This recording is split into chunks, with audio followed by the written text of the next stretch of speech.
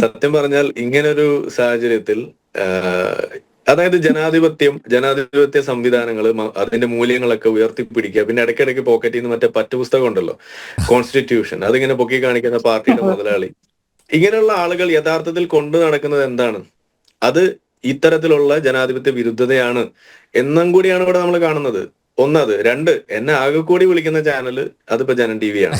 ആ ജനം ടി വിയിൽ ഇനിയിപ്പോ മുസ്ലിം ലീഗുകാരും കൂടി വന്ന് എന്നെയും കൂടി ഇതേപോലെ വരരുത് എന്ന് കൂടി പറഞ്ഞു കഴിയുമ്പോൾ ഇത് അവരുടെ ഒരു എന്താ പറയാ, ചർച്ചയിൽ പങ്കെടുക്കൽ ജിഹാദാണെന്ന് വേണമെങ്കിൽ ഞാൻ പറയും. കാരണം നമ്മളെപ്പോലുള്ള ആളുകളോട് വരാതിരിക്കാൻ വേണ്ടിയിട്ട് അവർ വരുന്നു, അത് വെച്ചുകൊണ്ട് ഇത് തടയുന്നു. ഇതാണ് അവിടെ കാണുന്നത്. സത്യത്തിൽ ഇത് ശരിയല്ല എന്നുള്ളതാണ് ചർച്ച ജിഹാദ്.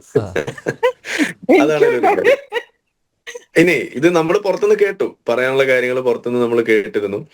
എന്തുമാത്രം നുണയാണ് അദ്ദേഹം പറഞ്ഞു വെച്ചുകൊണ്ടിരിക്കുന്നത്. ഇത് ഈ മദ്രസ ജീവികളെ പറ്റിക്കാൻ അത് ധാരാളമാണ്. അത്ര എനിക്ക് പറയാനുള്ളൂ. മദ്രസ ജീവികളെ പറ്റിച്ച് ഇതുപോലെ ഒരു രാഷ്ട്രീയ പാർട്ടി ഉണ്ടാക്കി അതിന് മുസ്ലിം ലീഗ് എന്ന് പേരിട്ടിട്ട് എന്നിട്ട് നാട്ടുകാരെ വീണ്ടും പറ്റിച്ചുകൊണ്ടിരിക്കുകയാണ് വോട്ട് പിടിക്കുന്നതിന്റെ പേരിൽ. ഇതിവിടെ നടക്കുന്നു. അപ്പോ അത് വരുമ്പോ അതിന് മറുപടി വരുന്ന ആളുകൾ ഇവിടെ ഉണ്ടാകുമ്പോ അവരെ ചർച്ചയിൽ നിന്നും തടയാനും കൂടി അവർ മുന്നോട്ട് വരികയാണ്. എന്നിട്ട് അവർ പറയുന്നത്, അവർ സ്വയം വിളിക്കുന്നത് അവരാണ് വിമൽകുമാർ, നമ്മളുടെ ജനാധിപത്യത്തിന്റെ സംരക്ഷകർ എന്നാണ് ഇപ്പൊ അവർ സ്വയം വിളിക്കുന്നത്. ഇതിൽ പരം നാണക്കേടും ഈ ഇരട്ടത്താപ്പും ഈ ജിഹാദി തരവും വേറെ എന്താ ഉള്ളതെന്നാണ് നമ്മൾ ചോദിച്ചത്. മുന്നേ ഒരു ചർച്ചയിൽ ഇദ്ദേഹത്തെ നമ്മൾ പച്ചയ്ക്ക് ഞാൻ വിളിച്ചിട്ടുണ്ട്, ഒരു ജിഹാദി തന്നെയാണ് എന്ന് ഞാൻ പറഞ്ഞിട്ടുണ്ട്. ഇത് വീണ്ടും തെളിയാണ്. ജനാധിപത്യ സംവിധാനങ്ങളുടെ തങ്ങളുടെ മതപരമായിട്ടുള്ള സാധനങ്ങൾ വളർത്താൻ വേണ്ടിയിട്ട് ഉപയോഗിക്കുന്നു, അതിനെ ചവിട്ടുപടിയാക്കുകയാണ് ചെയ്യുന്നത്. അത് അനുവദിക്കാൻ പാടില്ല എന്നാണ് എനിക്ക് പറയാനുള്ളത്. ഒരു പ്രധാനപ്പെട്ട കാര്യം അതാണ്. ഇനി ഇത് നമ്മുടെ വിഷയത്തിലേക്ക് വന്നു കഴിഞ്ഞാൽ എന്തുമാത്രം നുണയാണ് ഇവിടെ പറഞ്ഞുകൊണ്ടിരുന്നത് എന്നാണ് എനിക്ക് പറയാനുള്ളൂ. അതിലേക്ക് കടക്കുന്നതിന് മുന്നേ ഒരു കാര്യം, ഈ മുസ്ലിം ലീഗ് മാത്രമല്ല, ഇന്നിപ്പോ നമ്മുടെ നാട്ടില് ഈ ഹമാസിന്റെ നേതാക്കളെ ആനപ്പുറത്ത് എഴുന്നള്ളിക്കുന്ന അടക്കമുള്ള കാര്യങ്ങൾ ഇവിടെ നടന്നിട്ടുണ്ടെങ്കിൽ അതിന് പ്രധാന കാരണം എന്താണ്? ഒരേ ഒരു കാരണം, അത് ഈ ഹമാസ് എന്ന് പറയുന്ന തീവ്രവാദ സംഘടന അതൊരു തീവ്രവാദ സംഘടനയാണ് എന്ന് പ്രഖ്യാപിച്ച് ഒരു നിലപാടെടുക്കുന്നതിൽ ഇവിടുത്തെ കേന്ദ്ര സർക്കാരിന്റെ ഭാഗത്തു നിന്ന് ഒരു വലിയ വീഴ്ച ഉണ്ടായിട്ടുണ്ട്. അതാണ് ഇവിടെ നമ്മൾ ആദ്യമേ അഡ്രസ് ചെയ്യേണ്ടത്. എന്തുകൊണ്ടാണ് അത് ചെയ്യാത്തത്? ഇതെന്നോ നമ്മൾ പറയുന്നതാണ്. എനിക്ക് തോന്നുന്നു അനിൽ നമ്പ്യാരുമായിട്ട് ഈ ഒരു വിഷയം നമ്മൾ ചർച്ച ചെയ്യുന്ന അന്ന് മുതൽ നമ്മൾ പറയുന്ന കാര്യമാണ്. 2023 മുതൽ ഇത് തീവ്രവാദ സംഘടനയായിട്ട് പ്രഖ്യാപിച്ചില്ല എന്നുണ്ടെങ്കിൽ എന്തെല്ലാം സംഭവിക്കുന്നതിന്റെ കാരണങ്ങൾ നമ്മൾ അന്ന് പറഞ്ഞത്, കൂടുതൽ മുസ്ലിങ്ങൾ തീവ്രവാദികളായിട്ട് മാറും, കൂടുതൽ മുസ്ലിങ്ങൾക്ക് തീവ്രവാദ പ്രവർത്തനത്തിന്റെ രുചി അറിയാൻ കഴിയും, കൂടുതൽ മുസ്ലിങ്ങളായിട്ടുള്ള ആളുകൾ തീവ്രവാദ പ്രവർത്തനം അല്ലെങ്കിൽ അത്തരം റാഡിക്കലൈസ്ഡ് ആയിട്ടുള്ള ആളുകളോടൊപ്പം ചേർന്ന് നിന്ന് പ്രവർത്തിക്കാനുള്ള ഒരു അവസരം ഉണ്ടാകുമ്പോൾ അവർ പതിയെ ഇത് നോർമലൈസ് ചെയ്യുന്ന ഒരു അവസ്ഥയിലേക്ക് പോവുകയാണ്. ഇതൊന്നും ഇത്ര വലിയ സംഭവമല്ല. ഇനി ഇതിനെതിരെ പറയുന്ന ആളുകൾ മുഴുവൻ മറ്റ് ചാപ്പകൾ, സംഘിച്ചാപ്പ അതല്ലെങ്കിൽ മറ്റു പല ചാപ്പകളും കൊടുത്തുകൊണ്ട്, മറ്റ് പല ചാപ്പയൊന്നുമില്ല, സംഘിച്ചാപ്പ മാത്രമേ ഉള്ളൂ, അത് കൊടുത്തുകൊണ്ട് അവരെ ഒതുക്കുന്നു. അങ്ങനെ ഒതുക്കി ഈ വിഷയത്തെ എതിർ പറയുന്ന ആളുകളെയും നിശബ്ദരാക്കി കഴിയുമ്പോൾ യഥാർത്ഥത്തിൽ ഈ പ്രശ്നം ഉണ്ടാക്കുന്നത് ആരാണ്? അത് ഈ തീവ്രവാദികൾ അല്ലെങ്കിൽ മതരാഷ്ട്രവാദികൾ. അവരുടെ ലക്ഷ്യം അത് എളുപ്പമാക്കാൻ വേണ്ടിയിട്ട് ഈ മോഡറേറ്റ് ആയിട്ടുള്ള അല്ലെങ്കിൽ ഈ നിഷ്കളങ്കരായിട്ടുള്ള അല്ലെങ്കിൽ ഇതിനെക്കുറിച്ചൊന്നും ഒരു ധാരണയില്ലാത്ത വെറും മദ്രസ ജീവികളായിട്ടുള്ള ആളുകളെ ഇതിനു വേണ്ടി ഉപയോഗിക്കുന്നു. ഇതാണ് നമ്മളിവിടെ കാണുന്നത്. ഇത് തടയണമെങ്കിൽ എന്താ വഴി? ഈ തരം സംഘടനകളെ നമ്മൾ കൃത്യമായിട്ട് അവിടെ വരച്ചിടണം. ഇത് തീവ്രവാദ സംഘടനയാണ്. ഏതുപോലെ പോപ്പുലർ ഫ്രണ്ടിനെ ചെയ്തതുപോലെ നമ്മൾ അന്നും പറയുന്നത് അത് തന്നെയാണ്. പോപ്പുലർ ഫ്രണ്ടിനെ നിരോധിച്ചത് എന്തുകൊണ്ട് നന്നായി എന്ന് നമുക്ക് പറയാൻ കഴിയുന്നത് അത് ചെയ്തതുകൊണ്ട് മാത്രമാണ്. അവരുടെ ആക്ടിവിറ്റീസ് അത് എത്ര മുന്തിയ സാധനമാണെങ്കിലും നിങ്ങൾ ശ്രദ്ധിച്ചിട്ടുണ്ടോ? നിങ്ങൾക്ക് അറിയുന്നതാണല്ലോ. അതായത് അവരിടുന്ന പേരുകൾ എന്താണ്? വെൽഫെയർ പാർട്ടി അല്ലെങ്കിൽ എന്താണ് ഐഡിയൽ സോളിഡാരിറ്റി, ഐഡിയൽ വേൾഡ്, അങ്ങനെ ഈ ഇംഗ്ലീഷ് വാക്കുകളൊക്കെ ഇട്ട് കഴിയും. ഇത് കേൾക്കുമ്പോൾ നമ്മൾ വിചാരിക്കുക എന്തോ വളരെ സ്വച്ഛ ശാന്ത സുന്ദരമായ എന്തോ സാധനമാണെന്ന് നമ്മൾ ധരിക്കും. പക്ഷെ യഥാർത്ഥത്തിൽ അതിന് പിന്നിൽ മത തീവ്രതയും രാഷ്ട്രവാദവുമാണ് ഒളിപ്പിച്ചു കിടത്തുന്നത്. അപ്പോ ആ ഒരു സംഗതി അങ്ങനെയല്ല എന്ന് പറഞ്ഞ് പഠിപ്പിക്കുന്നതിനേക്കാൾ എളുപ്പം എന്താണ്?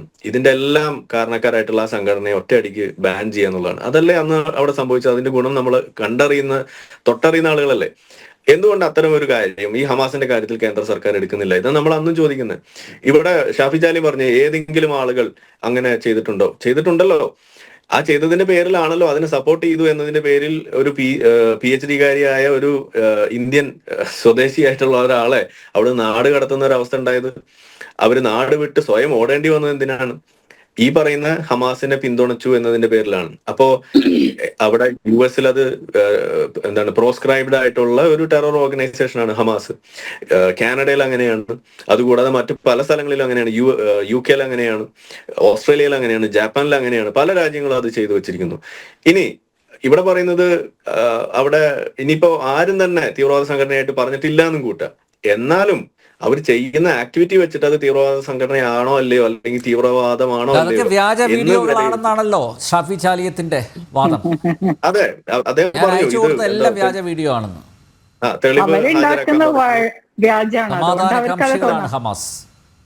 തെളിവ് ഹാജരാക്കാൻ പറഞ്ഞു. അതുപോലെ പല പല സംഗതികളും പറഞ്ഞിട്ട് UN അടുത്ത് ഒന്നും ചെയ്യാൻ കഴിഞ്ഞില്ല എന്നൊക്കെയാണ് ആൾ ഇവിടെ വെച്ച് വിളമ്പ് കാച്ചിപ്പോയത്.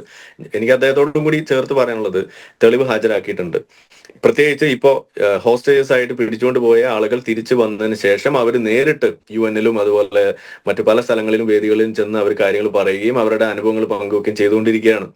ഒന്നത്. രണ്ട്, അതല്ലാതെ തന്നെ അതിന് മുന്നേ ഉള്ള മെഡിക്കൽ സഹായം കൊടുത്തു. മാത്രമല്ല വരുന്ന സമയത്ത് കെട്ടിപ്പിടിച്ച് ഉമ്മ കൊടുത്തിട്ടാണ് പറയുന്നത്.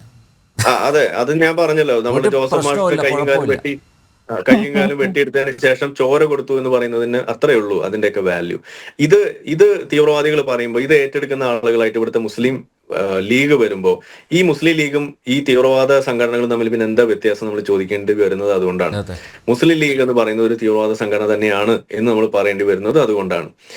ഇനി ഇവര് പറഞ്ഞല്ലോ നേരിട്ട് കണ്ടറിഞ്ഞ്, ഞാനും നേരിട്ട് കണ്ടറിഞ്ഞ ആളാണ്. ഈ പറയുന്ന ഇസ്രായേലിൽ ഞാൻ പോയിട്ടുള്ളതാണ്. ഈ കിബിറ്റ്സുകളിൽ അവിടെ ഈ ഹമാസ് തീവ്രവാദികൾ വന്ന് ആക്രമിക്കുന്ന സമയത്ത് അവിടെ ഉണ്ടായിരുന്ന ആളുകളുമായിട്ട് നേരിട്ട് സംസാരിച്ച ആളാണ് ഞാൻ. അവർ നേരിട്ട് നമ്മളോട് പറഞ്ഞ വീഡിയോ ഇപ്പോഴും എന്റെ ചാനലിൽ കിടപ്പുണ്ട്. എന്താ അവർ പറഞ്ഞത്? ആ ആക്രമിക്കാൻ വന്ന കൂട്ടത്തിൽ ഈ തീവ്രവാദികളോടൊപ്പം കുട്ടികളുണ്ടായിരുന്നു, സ്ത്രീകളുണ്ടായിരുന്നു. അവരായിരുന്നു അവർക്ക് പശ്ചാത്തല സൗകര്യവും പിൻബലവും കൊടുത്തുകൊണ്ടിരുന്നത്. അതായത് ഇവർ കൊള്ള മുതൽ അവിടുന്ന് പിടിച്ചോണ്ട് വരും, പെൺകുട്ടികളെ കെട്ടിയിട്ട് കൊണ്ടുവരും. എന്നിട്ട് അത് ഈ ഒരു വീട്ടിൽ കൊണ്ട് കിബുട്സ് നിറോസ് എന്ന് പറയുന്ന ആ കിബുട്സിൽ ഇവരുടെ വീട്ടിൽ സബിതയും അതുപോലെ മീരയും ജീവിച്ചിരുന്ന ആ കിബിറ്റ്സിൽ കൊണ്ടുവന്ന് ഇടുമ്പോ ആ സ്ഥലത്ത് അവിടെ കുട്ടികൾ വരുന്നു, അവിടെ സ്ത്രീകൾ വരുന്നു, കളിക്കുന്നു, ചിരിക്കുന്നു, അവർ ഒച്ചയും പാട്ടും കേൾക്കുന്നു. ഇത് കഴിഞ്ഞതിന് ശേഷം ഇവരെ കൊണ്ടുപോകുന്ന സമയത്ത് അവിടെയും ഇവർ കേട്ടത് എന്താണ്? ആർപ്പ് വിളികള്, സന്തോഷം, അള്ളാഹു അക്ബർ വിളി. ആരാ വിളിക്കുന്നത്? അവിടുത്തെ കുട്ടികള്, അവിടുത്തെ സ്ത്രീകള്.